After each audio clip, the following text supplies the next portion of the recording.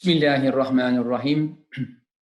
Elhamdülillahi Rabbil alemin ve salatu ve selamu ala Resulina Muhammedin ve ala alihi ve sahbihi ecmain. In the name of Allah, the most merciful, the most compassionate. All praise be to Allah and peace and blessings be upon the Prophet Muhammad and all the prophets before him. I humbly ask for Allah Almighty to protect all of us from all kinds of diseases, visible and invisible dangers and calamities. And I pray Allah Almighty to fill our hearts with His love and His presence. Forgive us for our mistakes and sins and errors, and help me to articulate my words in a beautiful and intelligent manner so that you could understand me better. O Allah, increase our knowledge and wisdom and accept our prayers and supplications. Amen. Let me begin by stating explicitly and vigorously some of the fundamental principles or presuppositions that are, in my humble opinion, important for us to keep in mind in understanding and practicing the moral teachings of our religion. Firstly, for a believing person, meaning for a Muslim mind, there is a clear-cut distinction between the realm of humanity and the realm of the divinity. The realm of human is created in time and space and defined by the divine, who is beyond time and space and infinite. But the divine can be known by the human in two ways at least. One, with the internal power or faculty, namely the reason, with the knowledge of this observable world, and other with the external, meaning revelation, the knowledge of the unseen. Since Allah is beyond time and space in His essence, meaning absolutely transcendent, yet He is also within time and space, immanent, interior, through the effects of His names and attributes, acts, as manifest in infinite cosmos, He can do anything at any time without needing any tool or any assistance from outside. Otherwise, He wouldn't be God at all. Having said this then, Allah is capable of changing the condition of an individual person or a community or any other being from good to better or from bad to worse or from good to bad and vice versa. And doing such a thing for Allah is very easy. Nothing can prevent Him nor influence Him. Although this is the case for a believing person, and it must be accepted for him or for her as it is, Allah has nevertheless put certain laws which are natural, universal, in the creation, in the operation and order of the universe, and which are unchangeable. All the creatures and beings in the universe abide by these laws, and all besides human beings and angels are in fact not aware of the operation of these laws. It's only human beings and angels are conscious of these operation of these laws. So there is no way, for instance, for animals to go against these laws and act differently and contrary to them. But human being can do so thanks to his reason and will.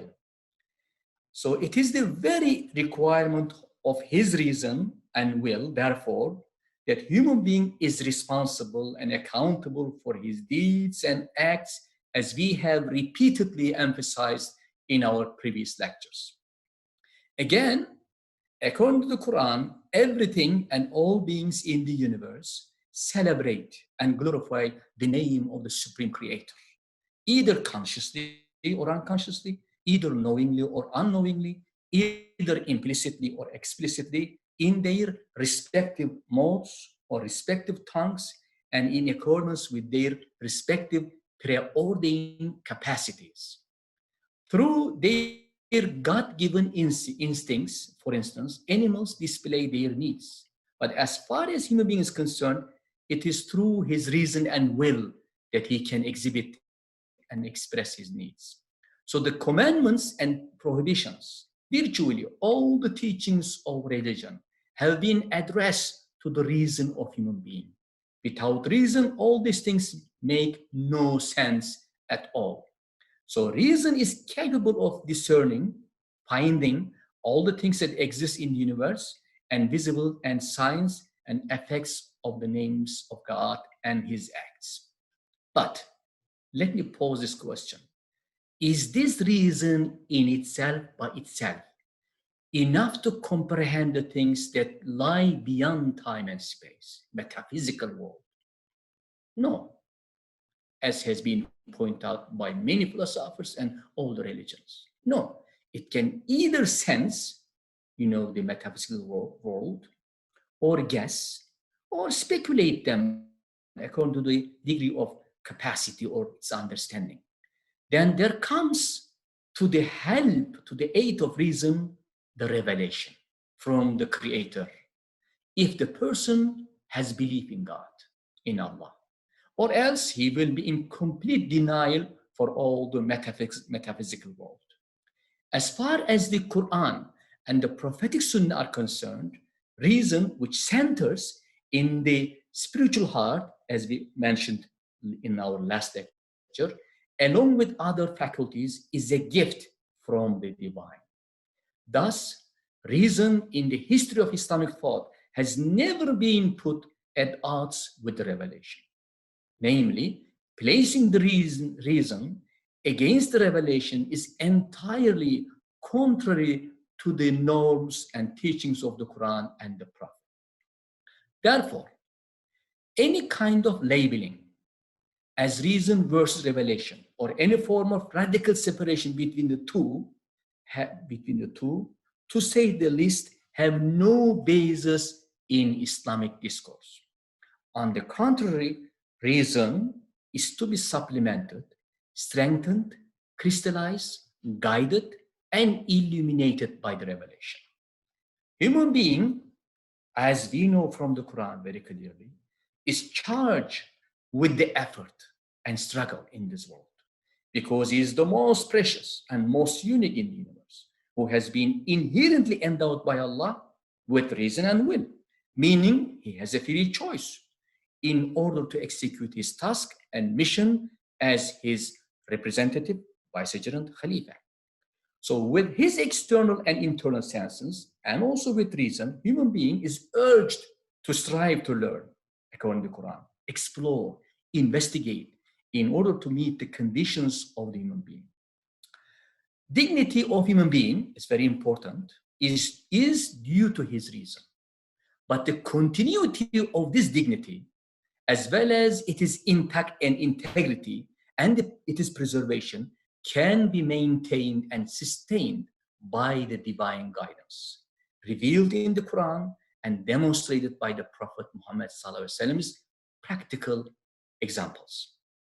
Now, we can proceed to speak about the topic of today's lecture in the context of these two inseparable God-given guidance, reason and revelation.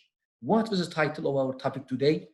Human efforts prior to seeking the divine favor, which means the exertion of human efforts are important before seeking the divine guidance or divine favor or divine trust. This is the title. So, it is the reason which comes first as an inborn God-given faculty, inherent in the very nature of every human being. And it is the reason that urges and even commands human being to use all available blessings and sources responsibly, reasonably, lovingly, and caringly, together with his or her fellow humans, and handle and resolve his or her daily issues and problems, and exhaust all material means to find solution for difficulties, if any, with the help of reason, then resort to the Creator to help you succeed and complete the rest. In other words, Allah Almighty is basically instructing us that we do our part first, then we can appeal to His succor and relief. With His frequent reminders in the Quran of the crucial significance of the reason. Allah Almighty measures our dignity and uniqueness with the proper and effective use of our reason. Reason demands the exertion of human efforts to the highest level possible. Revelation, on the other hand, requires the leaving of the result to the care of Allah in the end. So reason functions within the world of space and time. Revelation opens a door, a window, for the reason to the metaphysical world. Basically, there are, among others, two pivotal terms in the Quran, both designating positive struggle and positive effort. I would like to underline this: positive struggle and positive effort. One term, those who are familiar with the Arabic language, sa'i, which means in English, positive effort or positive human effort. And I will give you an example shortly. The second term, which is commonly known by almost all Muslims and non-Muslims, it is juhd, but jihad, juhd, the root of the term, from which the well-known term jihad is derived, which can be translated as positive human struggle or total endeavor, total striving. So reason moves and acts with juhd and sa'i, with struggle and also with striving and effort. Whereas reason supports it with trust, tawakkul. So juhd and jihad, total endeavor, effort, needs in the end intervention from God Almighty. Positive human effort has to be intervened in a sense to get the result.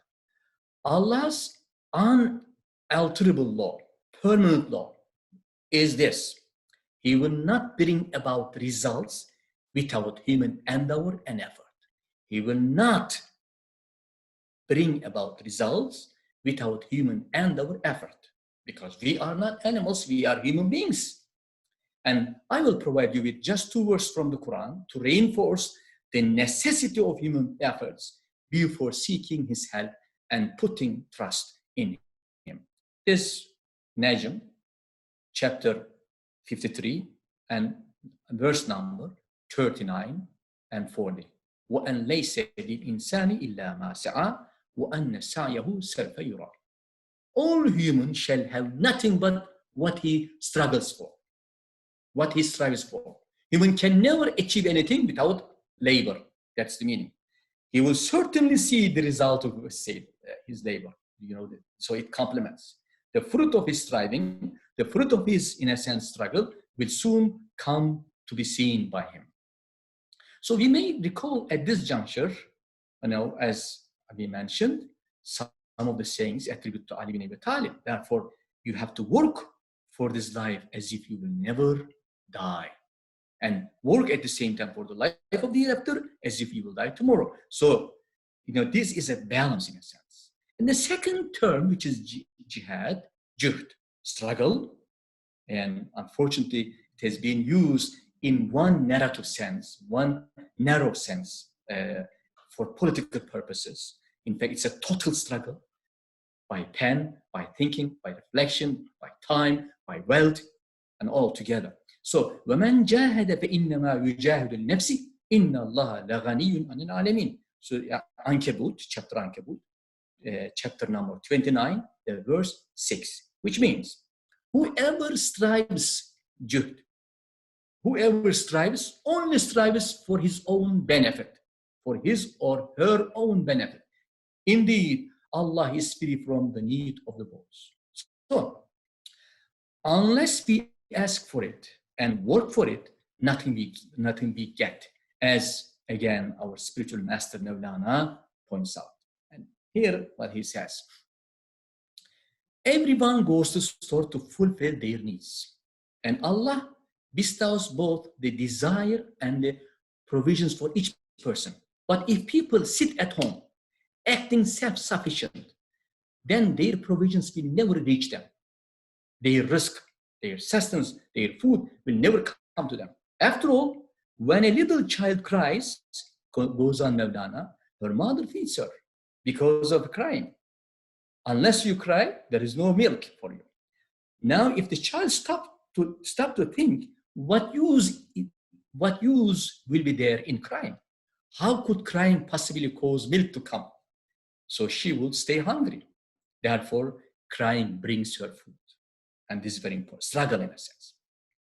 So far we have spoken about the human side, human efforts, which is the one side of the balance. How about the side of the divine, which means tawakkul? Let me explain also this term. Tawakkul means literally to entrust something to somebody, to authorize or empower, appoint someone as your representative or as your agent or as your protector, as your companion, as your helper. Technically, as far as Islamic sources are concerned, it means to trust in Allah, to put your trust or to have complete confidence in Allah. So we can define tawakkul as follows. This is overall my extraction from the classics of Islam about the definition of tawakkul. It's completely my own formulation. Let me repeat what I mean by tawakkul. First, doing individually and collectively careful planning and fulfilling all the required conditions of the matter to be tackled and the work to be done, then leaving the rest to the care of Allah with the sincere hope and prayer that Allah will either create an occasion for us to find the results or achieve the expected goals, or He will grant these results out of His grace, since He is perfectly capable of doing so. So tawakkul means also remaining in constant consciousness of Allah, as He is the sufficient and last resort. When we look at at-ta'alluq billah ta'ala fi kulli hal, meaning, at every instant, at all times, you are closely connected with Allah. That's the meaning of tawakkul. Therefore, we always use in our prayers, Hasbunallah wa ni'mal wakil, Allah suffices me, and how efficient as my protector, as my wakil, as my representative. So the success of our worldly matters then depends on the intensity of our efforts and on the strength of our faith and trust in Allah. So all our affairs are best entrusted to His care. He is the best guardian of all interests. Hence, our confidence in Him should never be shaken by anything else. Handling the worldly matters while depending on Allah is the real meaning of tawakkul. So maybe we can say like this: I place my trust in Allah, meaning in Islamic spirituality, that I have taken all the necessary measures and exhausted all the possible available means and sources. Now, finally, I am trusting the rest to your care, Allah. This is the meaning of it. And look at this verse from Surah Al-Talaq, chapter 63 and 3, verse number 3. وَيَرْزُقْهُ مِنْ حَيْثُ لَا يَحْتَسِبُ وَمَنْ يَتَوَكَّلْ عَلَى اللَّهِ فَهُوَ حَسْبُهُ إِنَّ اللَّهَ بَالِغُ أَمْرِهِ قَدْ جَعَلَ اللَّهُ لِكُلِّ شَيْءٍ قَدْرًا. Meaning, Allah provides for him from sources he never could imagine. If one puts his trust in Allah, He will be sufficient for him. For Allah will surely accomplish His purpose. Verily, all things Allah has set a measure. So Allah set a measure for all things. In accordance with this set measure, He decrees all His acts. In connection with the interpretation of this particular verse, we would like to quote a hadith here, which is reported by Umar radiallahu anhu, may Allah be pleased with him, as recorded in Sunan ibn Tirmizi. And he says, let me read just the English version.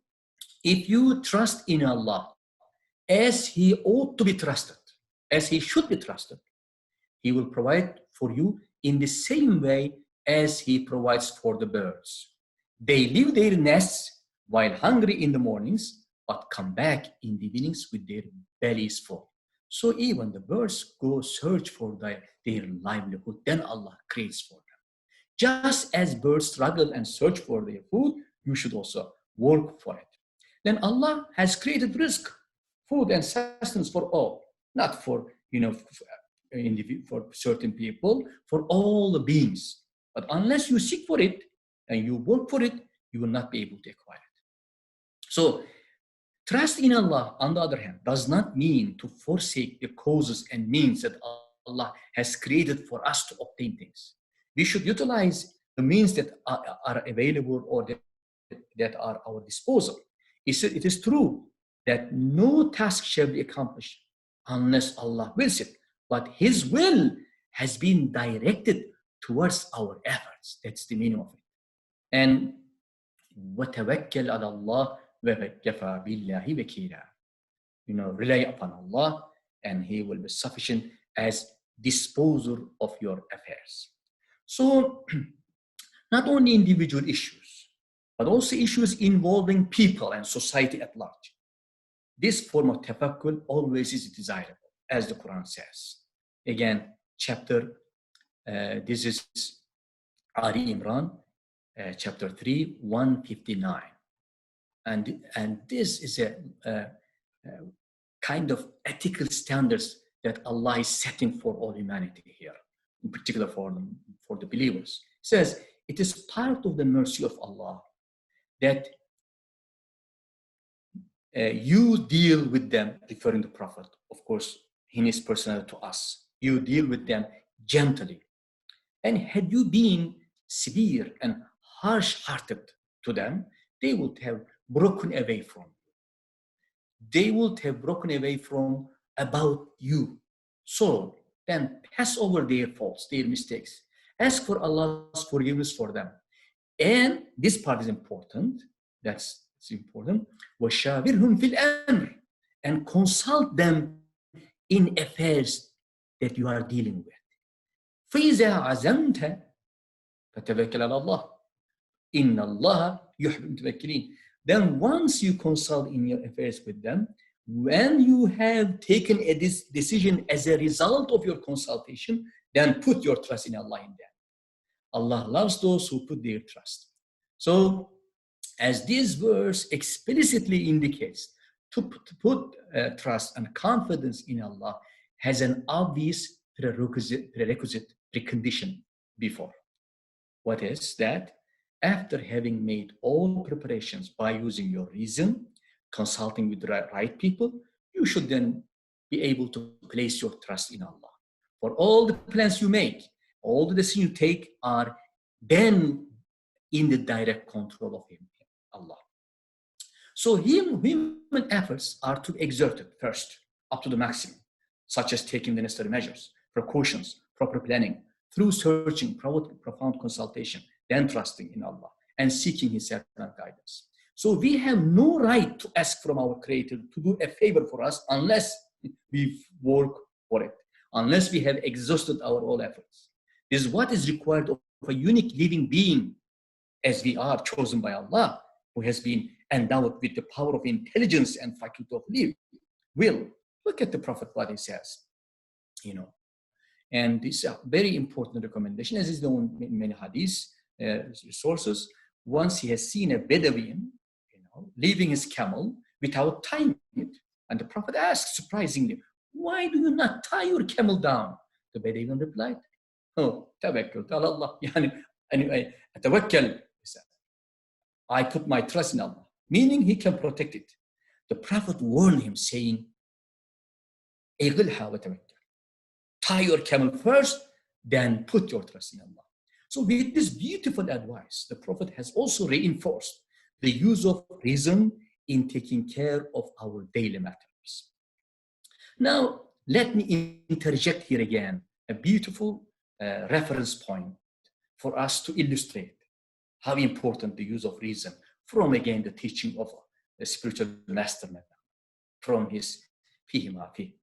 Says, quote, I'm quoting, "Reason is very useful and fine until it brings you to the door of the king," meaning Sultan, meaning Allah. "Once you have reached his door, leave your reason. For in that hour, reason is a sheer loss to you because cannot go beyond that. And reason will be a highway robber because he may mislead you. When you have reached the gate of the Sultan by your reason, surrender yourself to him.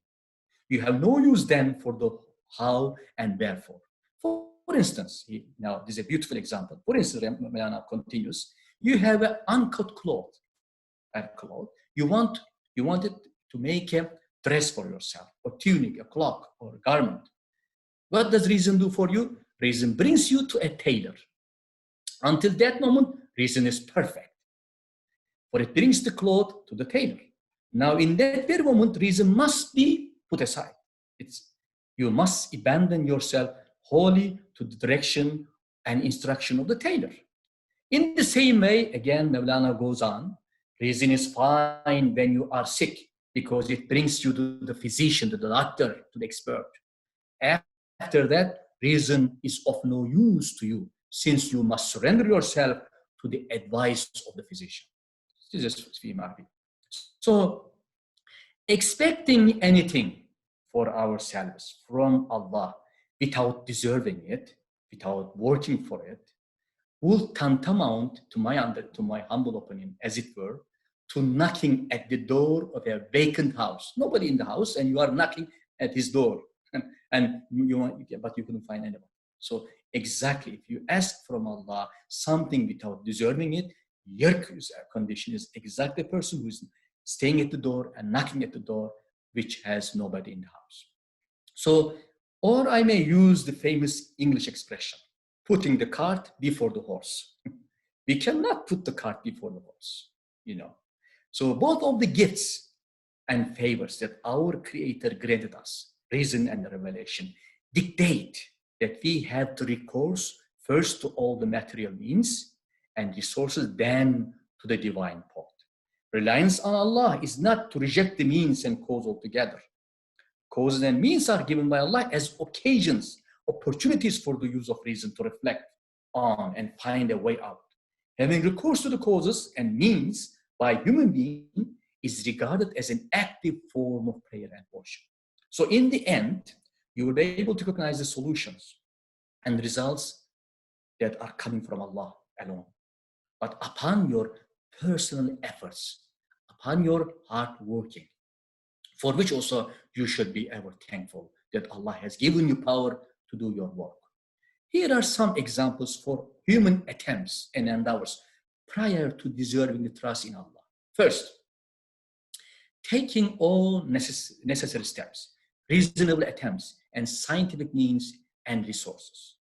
Second, doing all our individual and collective works, including consultation, with the right people, experts, knowledgeable, and experienced.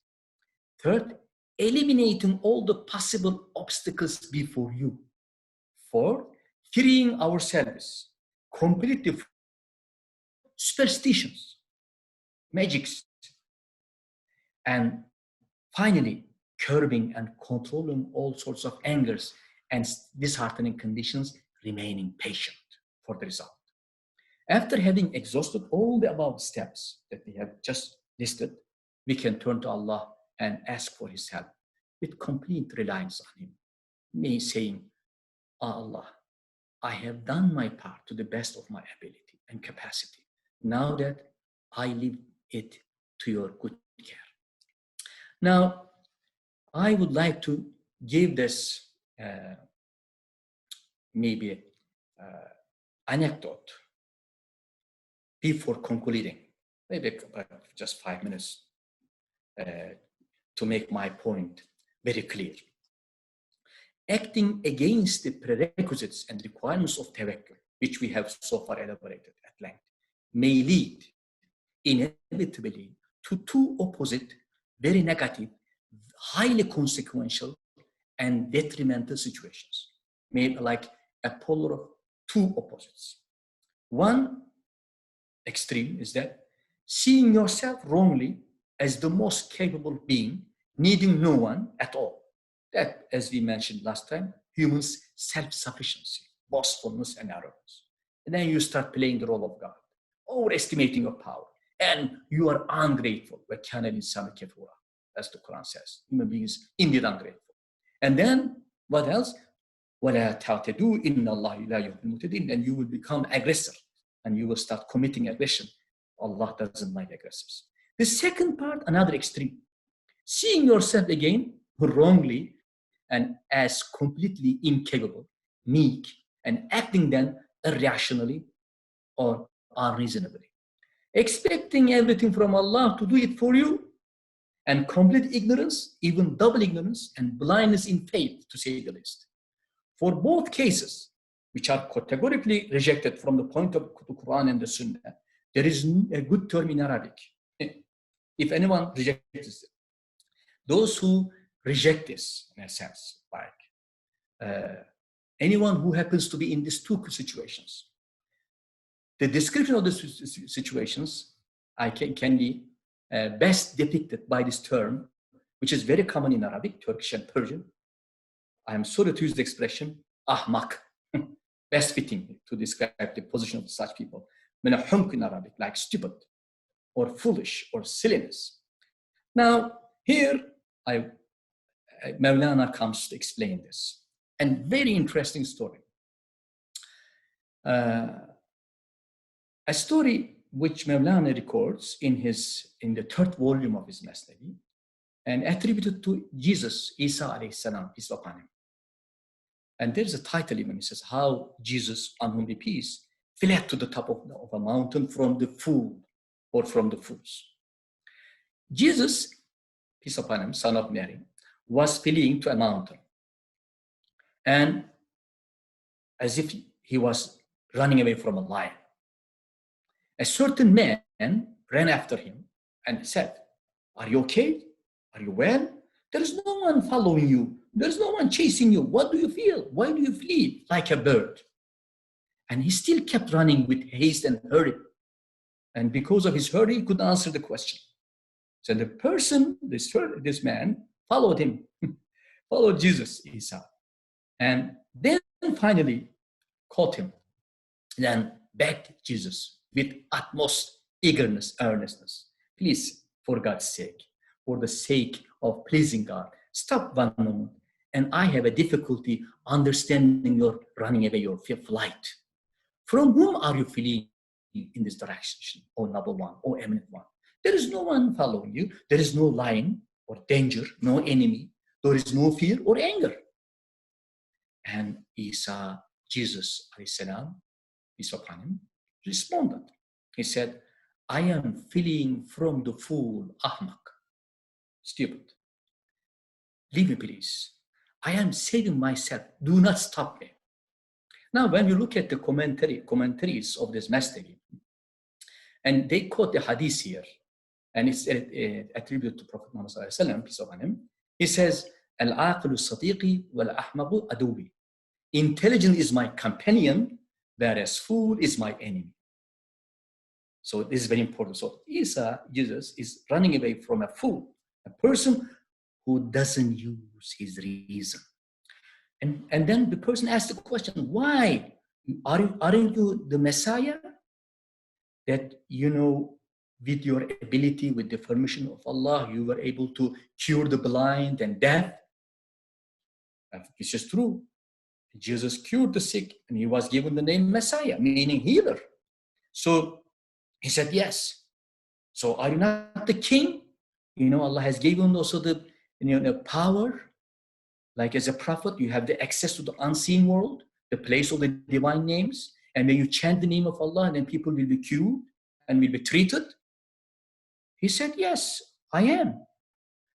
He said, don't you make birds out of clay, O beautiful one? Of course, in the Quran, Allah has given Jesus, in the chapter 349, I can create for you something from clay in the form of a bird.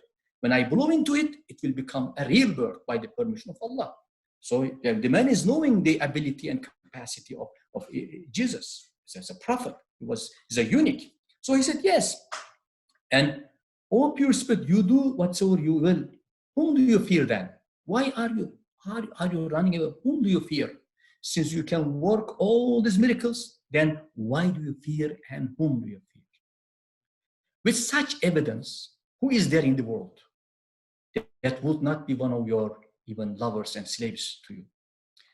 Jesus, peace upon him, said, and referring to Allah, swearing by his name, by the name of Allah, who is the maker of the body, creator of the soul in eternity. And yes, I pronounce his name over the deaf and the blind, then they became good and cured. I pronounce over the stony mountains, they split into two. I pronounce his name over the dead body, it came to life.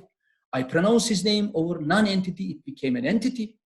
I pronounce, his name lovingly over the heart of the fool, but hundreds of thousands of times, it was no avail, it was no cure. Like this fool became hard rock and changed not from that position. He became like a stone. So here again, the commentators say, I was not so much disheartened, reviving the dead than improving or correcting a fool. Meaning, I was more capable of reviving the dead than correcting the fool. In this sense, why he was saying, I was calling this fool to his common sense, urging him to use his reason. He was insistently and stubbornly refusing it. This is what is called hamakat tashaddud, meaning double fool, compound fool. So then, therefore, even the pronouncing his name on him doesn't make any difference. So he says, but since you cured a disease, and this fullness is not a disease, he says, no, that is not a natural disease. This is a willing disease. Disease, lack of reason. So this disease too, but this is a disease which cannot be cured. Blindness and deafness are diseases which you were able to cure. Why you are not able to cure this one? He says, because this disease is diseases of fool and stupid, is the wrath of Allah. But disease and blindness are a trial for human being. So, for example, when you see somebody who is blind and deaf, you feel pity for him. But when you see someone who doesn't use his reason, yet he has a reason, you don't feel, sorry for him. So when Allah Almighty loves a servant, for example, he gives him a trial so that he wants to listen to his prayer. But how about this person? He doesn't use his reason. As for the non-physical illnesses, such as this man, it's rather very different. Because that which befalls the fool is far greater than the shame of others. And this is why Mevlana says in the end, of course, his running away is not because he feared him or he was scared of him. No, Mevlana says here, the flight of Jesus was not caused by fear. He was saved, he's a prophet, but it was for the purpose of teaching a lesson to us. So the prophet Jesus had nothing to fear. Like all other prophets, he had been commissioned by Allah Almighty and protected, and he was ready to convey his message. Hence, they had all been far away from fear and worry. As Quran says, "Ala inna awliya Allah la khawfun alayhim wa la hum yahzanun." The friends of Allah will certainly have nothing to fear, nor will they be grieved or sorry in a sense. So running away from a fool is to teach a lesson for his community, for us. So if they counter with such a fool who doesn't use his reason, they should not waste their time to argue with him. And this is exactly. Now, to conclude, again, quoting from Mevlana's teaching, he says, divine favor is one thing, personal effort is another. Look at the prophets. Prophets did not attain prophethood through personal effort, which is true. They gained that is out of the grace of Allah. Yet, Allah still required the prophets to live a life of personal effort and virtue. This was for the sake of the common people. So they could put reliance on the prophets and their words because they also work hard. And so following those prophets who worked hard, why not we should work hard to be able to, in the end, gain the blessings and help and the divine favor. And we are on a struggle, of course, in this world of life. And Allah will be with us, provided that we make the necessary effort. Science is important. Medical research is important. And they are must. They are the requirement of reason. And scientific and medical research should be aided by moral and spiritual support, according to Islam.